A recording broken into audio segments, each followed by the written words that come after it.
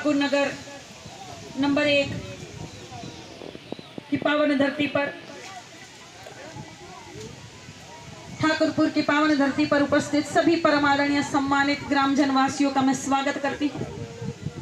सर्वप्रथम बाबा साहेब अम्बेडकर, भगवान गौतम बुद्ध, मान्यवर कांशीराम जी, सदैव पूजनीय श्रद्धे जमुना निषाद जी, माँ वीरांगना फूलन देवी जी और उन सभी वीरांगनाओं, महापुरुषों, महादेवियों जिन्होंने अपनी जवानी एवं जिंदगानी इस देश के नाम कुर्बान कर दी, उन सभी को मैं शत शत नमन करती हूँ, श्रद्धा सुमन अर्पित करती हूँ।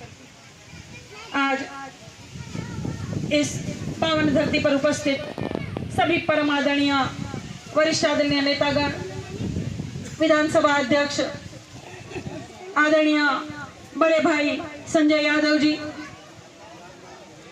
विधानसभा प्रभारी आदरणीय भाई अमरेंद्र निषाद, परम आदरणीय बाबूजी, युवा साथी, परम आदरणीय माताजी, बहनें, प्यारे बच्चे, सभी का मैं काजल निषाद, नेत्री, अभिनेत्री, कवित्री, एक सोशल एक्टिविस्ट यानी एक समाज सेवी, एक चित्रकार, एक पेंटर, एक क्रिएटर, एक आप जैसी घर चलाने वाली गृहिणी और आप सभी की लोकसभा की प्रत्याशी, आप सभी का स्वागत करती है, नंदन वंदन व अभिनंदन करती है। जैसे कि आदरणीय अध्यक्ष जी ने कहा कि लोकसभा का चुनाव बहुत बड़ा चुनाव है। 5 विधानसभा पड़ेगा तो पिपराइच है, सहजनवा, कैंपियरगंज है, गोरखपुर ग्रामीण है, गोरखपुर शहर। तो जहां नात बात रिश्तेदार हो, आप सभी को फोन के माध्यम से, या आप कब घर जा रहे हैं आप, या हमारी महिलाएं कभी शिव चर्चा में जा रही है, कभी यज्ञ में जा रही है, कहीं रामलीला में जा रही है, हमारे बाबूजी कहीं चक्की चौराहे पे कहीं चाय पीने जा रहे हैं, या नात बात में जा रहे हैं, युवा साथी मोबाइल चला रहे, वीडियो बना रहे, जो फोटो खींचते हैं या सोशल मीडिया पर एक्टिव रहते हैं, इन सभी को एक काम करना पड़ेगा। हर किसी को बोलना है कि साइकिल का बटन दबाना है और काजल निषाद को जिताना है। ये आपको बताना पड़ेगा। ये जरूरी इसलिए हो गया है कि भारतीय जनता पार्टी की सरकार में हर तबका परेशान हो चुका है, चाहे वो अधिकारी हो, अधिवक्ता हो, कर्मचारी हो, महिला हो, बच्चियां हो, बेटियां हो, छात्र हो, जवान हो, किसान हो, मजदूर हो, मजलूम हो, मुस्लिम हो, दलित हो या पिछड़ा, हर वर्ग के लोग भारतीय जनता पार्टी की सरकार में परेशान हो चुके हैं। यहाँ ठाकुरपुर की पावन धरती पर अगर मैं एक सवाल पूछूं कि 10 साल मोदी जी के केंद्र के सरकार के हो गए और 7 साल योगी जी के सरकार के हो गई और पढ़वैया लइका लइकी हर घर में हुई, केहू के सरकारी नौकरी मिलल बा? हाँ भैया, एक तो घर में ना मिलल। चाची, अरे तो तुहार खाता में 15 लाख तो आ गए हो ना है? गैस के दाम कम हो गए, 300 रुपया हो गए ना, कहता ना 900 रुपया। महंगाई चरम सीमा पर, नौकरी नहीं मिली, आरक्षण नहीं तो नौकरी कैसे मिलेगी? जब सब कुछ मोदी जी बेच देंगे, प्राइवेट कर देंगे, तो आरक्षण नहीं मिलेगा तो नौकरी भी नहीं मिलेगी। तो बात को पहले समझिए कि जिस घर में सरकारी नौकरी होती है उनका रहन सहन बदल जाला, लइकन के पढ़ाई लिखाई बदल जाला, घर में 2 पहिया जाला, 4 पहिया जाला, तनी कमाई होला, तनी कोनो रोजगार होला। लेकिन ये सरकार ना आपको रोजगार देने वाली है, न नौकरी देने वाली है, न शासन सत्ता में कोई हिस्सा देने वाली। लगातार मैं संघर्ष कर रही हूँ और लगातार चल रही हूँ, बड़े बड़े मंच से, टीवी के माध्यम से या न्यूज़पेपरों में जो कहा जाता है इतना लाख करोड़ का प्रोजेक्ट दिया, इतना प्रोजेक्ट दिया, भाई ठाकुरपुर में तो नौकरी नहीं मिली है, किसी घर में नौकरी नहीं मिली। तो सच्चाई ये है जो आप लोग बताते हैं, सच्चाई ये है जो आप लोग बताते हैं। मैं हर जगह इसी तरह नुक्कड़ सभा करके, चक्की चौराहे पे, गांव में, टोला में, हर जगह हम सभी समाजवादी साथी सुबह से लेकर रात तक चलते हैं और हर जगह मैं यही पूछने का काम करती हूँ कि कहीं यहाँ मिला होगा, कहीं यहाँ रोजगार मिला कहीं तो यहाँ नौकरी मिली होगी, काहे के मोदी जी कहले रहला ना 1 साल में 2 करोड़ रोजगार मिली, 1 साल में 2 करोड़ नौकरी मिली। तो कहाँ गई नौकरिया, क्या खा जाता? अब मोदी जी तो मशरूम खा रहे हैं, बर्फी खा रहे, काजू खा रहे, देख 10 लाख का सूट भी पहन रहे। और गरीब माता पिता नून रोटी खाकर, हमारी महिला गहने बेचकर, समूह की महिला बनकर लोन उठाकर, अब बाबूजी जमीन बेचकर अपने बच्चों को पढ़ाते लिखाते कि हमार लड़का तनी कोनो इंजीनियर बन जाए, अधिकारी बन जाए, डॉक्टर बन जाए, हमारा नाम रोशन करे, परिवार का नाम रोशन होई, जिला जवार के पटीदार के नाम रोशन होई। ऐसा सोचकर लगातार लोन लेकर, गहने बेचकर, नून रोटी खाकर गरीब माता पिता बच्चों को पढ़ाते लिखाते। अब बच्चे न नौकरी पा रहे, ये नौजवान साथी जितने भी हैं, इसी तरह मैं कभी पूरे गांव में देखती हूँ कि इसी तरह कभी बगीचे में घूम रहे हैं, कभी यहाँ वहाँ दुकानों पे बैठे हैं। ये समय नहीं है दुकानों पे बैठने का या बगीचे में घूमने का, ये समय है कमाने का, ये समय कमाने का है, रोजगार करने का है। लेकिन मोदी जी और भारतीय जनता पार्टी की सरकार कोई रोजगार नहीं दे रही। तो 95% जनता को साजिश के तहत गरीब बनाया जा रहा है। इस बात को समझिए कि बड़े बड़े वादे किए तो पूरे क्यों नहीं किए। आपके हर नेता भारतीय जनता पार्टी के नेता है, आपके विधायक भाजपा के, सांसद भाजपा के, योगी जी भाजपा के, मोदी जी भाजपा के। तो आपके नेता कौन? कहे फिर नौकरी नहीं मिल रही है, कहे रोजगार नहीं मिल रहा है, कहे महंगाई चरम सीमा पर, क्योंकि आपके बीच के कोई नेता नहीं। तो एक नेता ऐसा विपक्ष में बनाइए जो सड़क से लेकर संसद तक की आपकी आवाज उठा सके। एक नेता विपक्ष में ऐसा बनाइए जो आप लोगों की न्याय की लड़ाई लड़ सके। एक नेता विपक्ष में ऐसा बनाइए जो आपकी समस्या का समाधान कर सके। और समस्या हमारी तो समाधान करेगा आरएसएस का पुजारी, समस्या हमारी है तो समाधान ही हम करेंगे। और कैसे करेंगे? 1 तारीख 1 जून के वोट पड़ी, आप सभी को साइकिल वाला बटन दबाना है, तभी सारी समस्या का समाधान होगा। और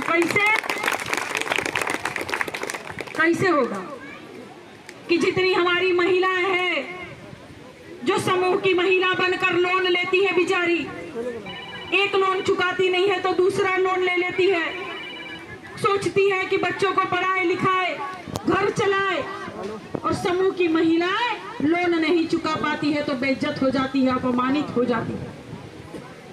तो सारी महिलाओं के लिए सोचा गया है कि अगर गठबंधन की सरकार बनी तो हर एक महिला के खाते में 1 लाख रुपया आएगा। समझ रही आप लोग, सुन रही है ना? ऐ सखी, अरे बतिया बाद में ले लो। कहा थी हर महिला के खाते में हर साल 1 लाख रुपया देगी हमारी सरकार। गठबंधन की सरकार बनी तो बेचारी जो समूह की महिलाएं अपना लोन चुका ले, बाकी जो महिलाएं हैं कोनो कुछ खरीदना चाह रही है, कोनो भैंस गाय खरीद कर अपना पालन पोषण करना चाह रही है, या कुछ रोजगार करना चाह रही है, बच्चों को पढ़ाना चाह रही है, तो सारी महिलाओं को ये पैसा काम आ जाएगा। लेकिन ये कब होगा?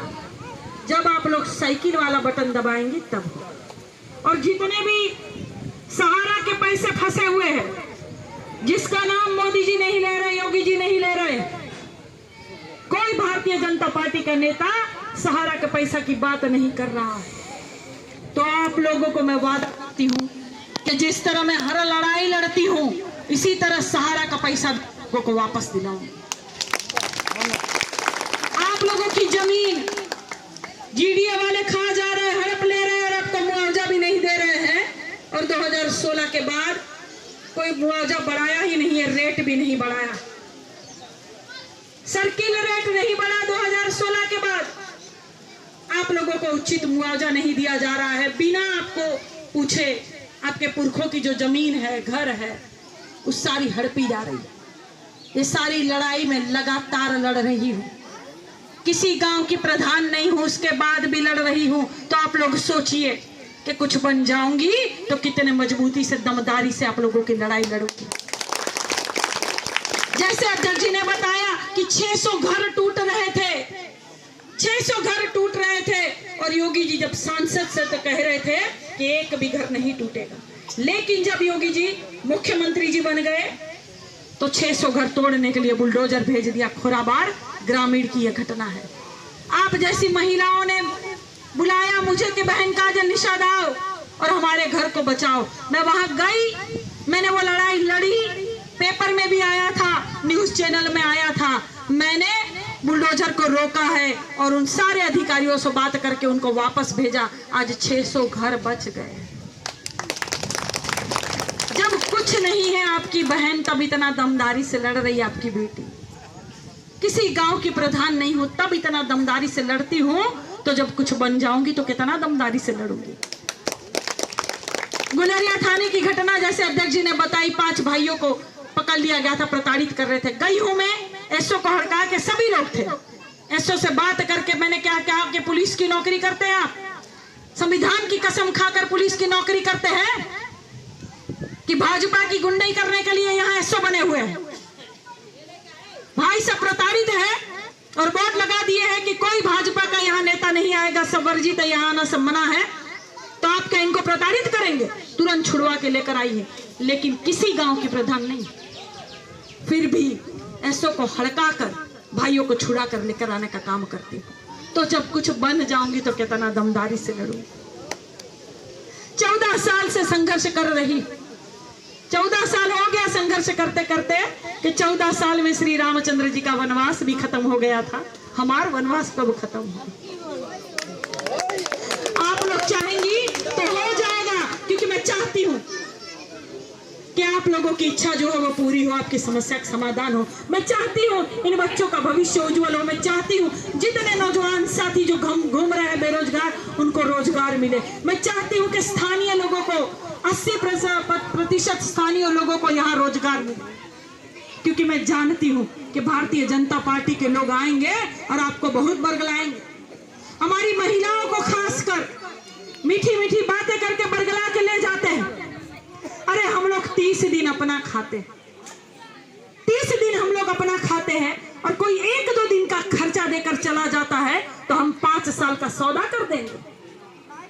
अरे ये भाजपा सरकार वही राशन दे, शासन ना दे। ये सरकार राशन देगी, शासन सत्ता नहीं देगी, राजा नहीं बनाएगी, हुक्मरान नहीं बनाएगी। बात को समझिए कि मान्यवर कांशीराम जी कहते थे कि जो जाति शासन सत्ता में ज्यादा रहती है उनके ऊपर अत्याचार नहीं होता है, जुल्म नहीं होता है।